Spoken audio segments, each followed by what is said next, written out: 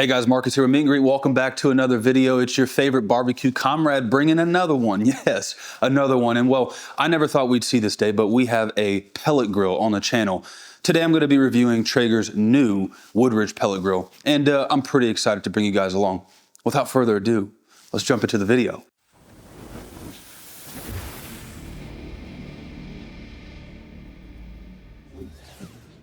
Behold. Traeger's new pellet grill. It's out of their Woodridge series. This is kind of their entry level. If you're looking for a Traeger and you don't want to spend a bunch of money, they have designed a new and innovative line of Traeger pellet grills that get your foot in the door. They get you into a pellet grill if that's your thing. Now, I want to add this before I jump way into this video. I have a bone to pick with the entire barbecue community, and it's mostly centered about pellet grills. But in any case, we have this here. And well, Traeger reached out to me and they said, hey, we have seen your content, we like your content. We want you to review our new pellet grill. And at first I thought, you know, I am kind of a purist when it comes to barbecue. You know, I built my 500-gallon smoker by hand. I have a 1,000-gallon smoker. For 15 years, I've used offset smokers, never really dabbling with pellet grills. But we came to an agreement, me and Traeger.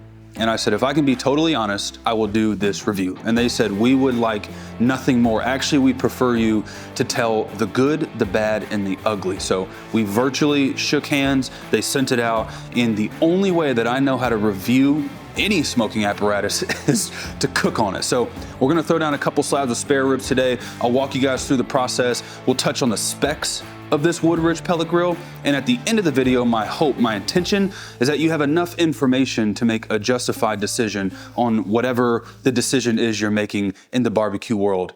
Let's do it. So diving into the specs of this pellet grill, I wanna add this preface.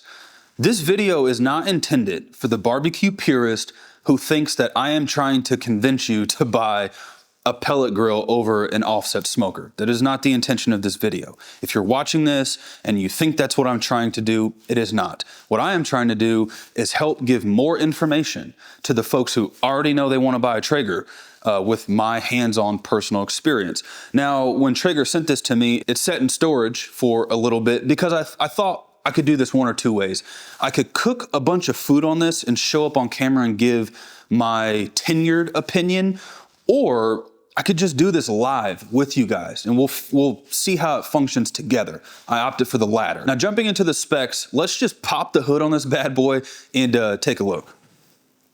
It has 860 square inches of cooking space. Now, if you see that top grate is very large, surprisingly large. You can fit an entire brisket, depending upon how you trim, maybe even 2 briskets on that top rack. And then of course you have the space on the bottom racks to use as you may. So right off the bat, really impressed with the amount of cooking space inside of this for the price. Moving on from cook space, I want to talk about something that was interesting to me when I was talking with the good fellow at Traeger that I was working with, and we were kind of chatting about the ins and outs of this model versus other models. He said something that they were able to achieve at a much lower price point was the smoke flavor. He was telling me they used their free flow fire pot system. And essentially what it means is they were able to get more airflow into the fire pot, which in turn allowed for kind of more smoke flavor, more wood fired flavor. So they were excited about that. And frankly, guys, I was excited about that. Kind of the gripes you hear with Traeger over the years here and there, just being totally honest, is you're not able to get the same amount of smoke flavor out of a Traeger as you are an offset smoker. And frankly, I've never really been in that debate because for me, it's just science, really. It's just logic. This is a pellet smoker utilizing a different way of cooking food and warming a fire than an offset smoker. So to me, it's different, but we'll cross that bridge when we get there. The second point that they touched on as a highlight is the consistency of the heat delivery. What they tell me is this model, not like any of the other models don't do any of this, but this was one of the kind of key KPIs, the key performance indicators that they were using to measure how successful this Woodridge series is, was the consistency of the heat across the board. So they tell me that they were able to dial this thing in, they were able to engineer it to be very consistent across the board, left to right, north, south. And to me, as a barbecue nerd, that's important. As we know, us offset guys, it's really important to try to get even temperatures from front to back. Most offset smokers are gonna have a hot spot right where that throat opens up from the firebox to the cook chamber. It's gonna be pretty hot, and then it starts to level out from front to back. And so I'm curious to see how that's gonna look on this. Lastly, out of the myriad of bullet points that they delivered to me as highlights of the Woodridge, the last one that's important to me is the cleanability. They said that this model, the Woodridge, is a lot easier to clean historically than kind of older, more entry-level baseline style Traeger pellet grills.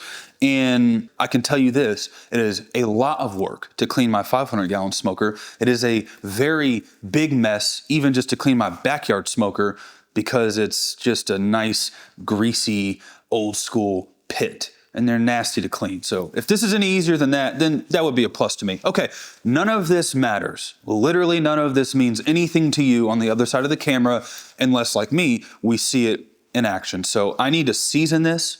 There's a process to season these, and then we're gonna get some ribs on it. I hope you guys choose to follow along with me through the duration of this video. One, because it helps tell the algorithm that old Frisbee is actually doing a good job. So that means a lot to me, and it doesn't cost you anything to do that.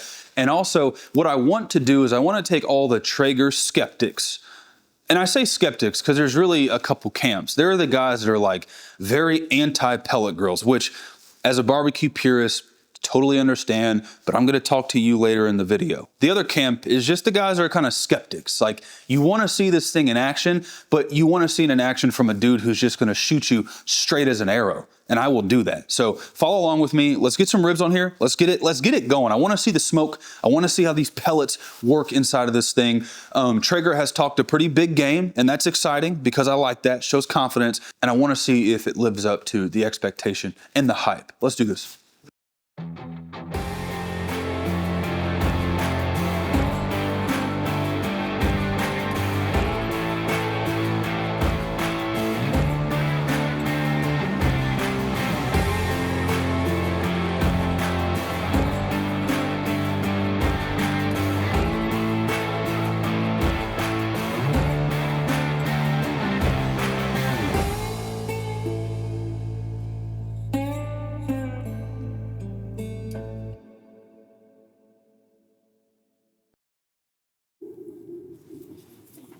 The ribs have been on for 3 hours. 3 hours on the dot, actually, and it's getting colder. The sun is going away, it's getting colder, so the Traeger's, I think, having to work a little hard, but that's fine. Before we pop the dome on this bad boy, I wanna say a couple things. I haven't seen a lot of smoke output coming out, and I don't know if that's more in relation to the temperature that I have this Traeger running at. It's running at 275 degrees. They say it's plus or minus, I think, 10 degrees. So I checked the app, it said 285 at one point, a little lower, a little higher. So all that to say, I think it's averaging 275. And I don't know if the mic's picking it up, but something's sizzling in here. So let's take a peek and check it out. I left the membrane on purpose just to see, you know, how it was gonna render or cook that membrane down.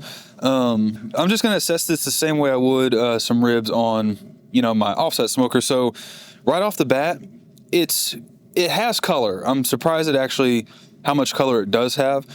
I think it's running just a little hotter than what I would like, which is totally fine. We're not seeing a bunch of splitting or cracking on the actual surface of the rib itself, which is great. And we're getting some really good fat render. So the fat's actually rendering pretty well. The reason I say we're cooking a little hotter is just because it's getting a little dry, a little jerky-y, which is normal. That's not a Traeger thing. That's a barbecue thing. If you cook too hot, especially pork ribs, especially if you over salt your pork ribs, they tend to do like a hammy texture on top, which is not what you want. Typically at about that point, that's when you put it in the foil and let the foil do its thing. I don't know if I'm going to foil wrap these. I kind of want to see what the Traeger does just the whole way through. I'm going to get a glove, and then I'm going to lift these up so we can see actually how they're cooking. I don't have any real information yet until I pick one of these slabs up and feel them and see how they're cooking. All right, let's see. Oh, actually, there's some good bend to them. They're actually getting pretty close. Look at that. Nice and floppy. It's splitting right here, right where my finger is. And I don't know if the camera can pick that up, but it's rendering pretty nicely in there. We're getting a little bit of pullback. Not a ton. We're getting just enough. And that underside, that membrane is actually tightening up surprisingly well. That should be bite through. As a reminder, this isn't a how to cook a rib video. I actually have one of those videos. This is just let's put some basic salt, pepper, and a little bit of brisket booster. If you don't have brisket booster, you can use a Lowry's or a seasoned salt, but put a little bit of salt and pepper on top, put them on the Traeger, and just let them roll. So I would say I'm running temps a little hotter than normal, which is fine. They're cooking a little faster than expected. So you could do this one or two ways at this point. I don't think I'm gonna get any more color out of these, to be honest with you guys. So somewhere around the 3 or 4 hour mark is when you could, or when you should, sauce these down, throw them in some foil, cook them for another hour, hour and a half or so until they finish out. Me, I'm just gonna leave them just like they are. I'm gonna move these to the upper rack. This one's not moving as fast as the other one, but it's close. So these are on the upper rack now. And I'm just gonna roll these ribs for another probably hour or so. We'll check back then, and hopefully they'll be ready to eat. We'll see. It's been about an hour. I decided to call an audible pretty much directly after we filmed the 3 hour check-in. I decided to wrap them in foil just because I couldn't help myself. I finish off most of my ribs that I cook this way, and so I figured let me stay true to how I normally do ribs. Now, one rack I sauced. I literally just took this Blue Hog's competition sauce. I think it is Championship Blend. It's their comp sauce. It's a little sweeter than their original, but I took that, I doused one of the racks in that, threw it in the foil. The other one I just left salt and pepper, put that in the foil. It's been about an hour, so I'm gonna check on these. And they're not yet where I want them. What I want is to really feel, actually, they might be there. Yeah, they're there. We'll call those done. 4 hours, wow. Again, guys, I'm used to cooking on like a 500-gallon offset smoker where 2 racks of ribs would take me 6 hours to cook. These took pretty much every bit of about 4 to 4.5 hours. I'm gonna take these off the pit, put them on my countertop. I'll just leave them there for 30 or 45 minutes, let them cool down. So all in, from start to finish, I feel safe calling this about a 4.5 to 5 hour cook.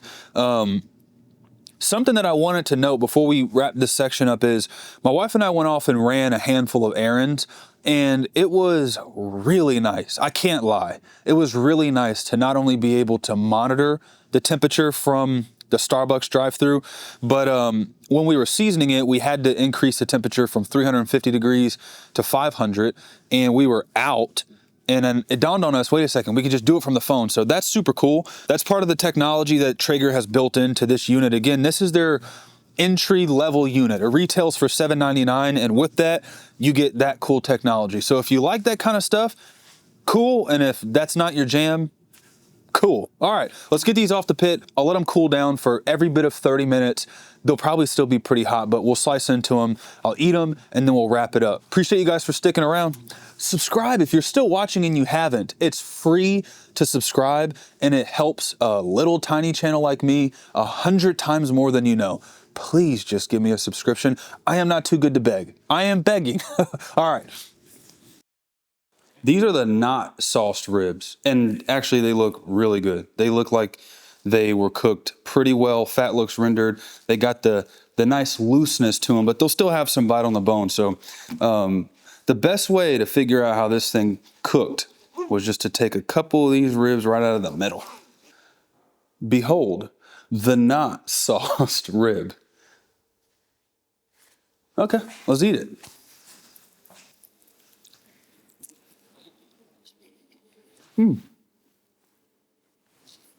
Hey.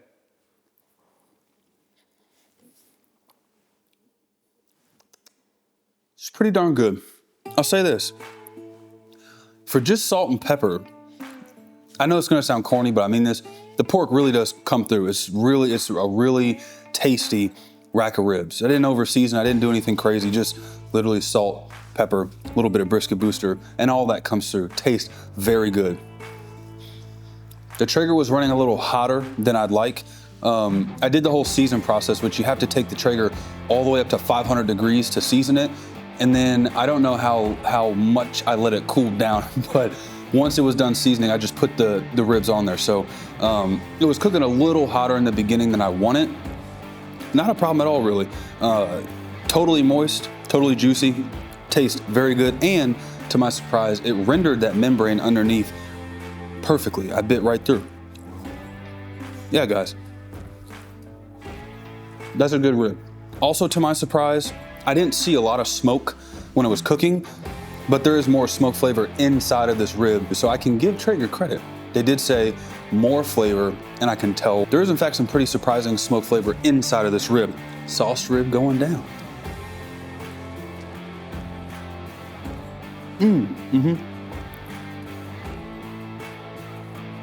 Oh yeah, that was really good.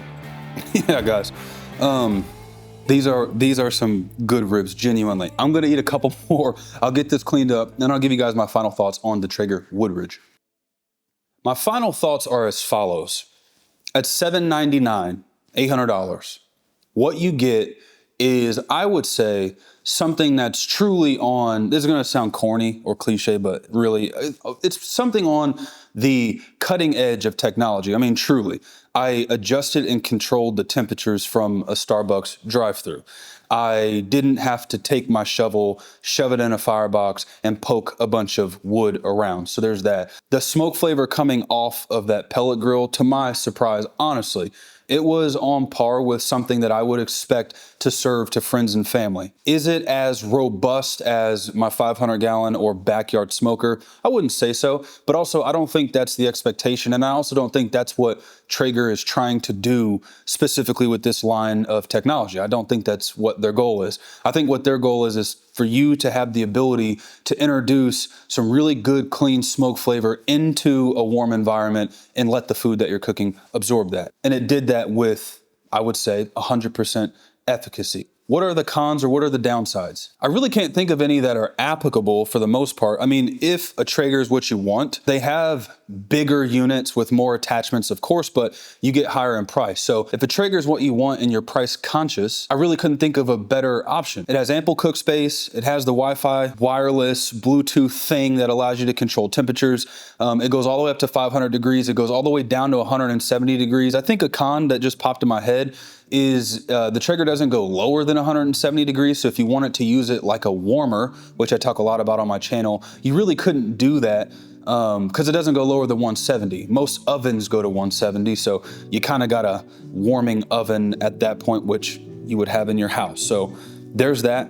Outside of that, guys, I think this is an awesome buy. I could see a lot of use cases for me pulling this bad boy out, throwing some chicken on there, whipping it up, getting it done, don't have to tend to the fire, and being happy with the end product. This is my opinion, guys. This is my opinion. And I'll say this in summary. I alluded to it in the beginning of the video, but for me personally, what I'm worried about in this channel now moving forward, the barbecue community as a whole has annoyed me to the point of no return when it comes to the offset smoker versus Traeger discussion. Here's where I stand on the topic.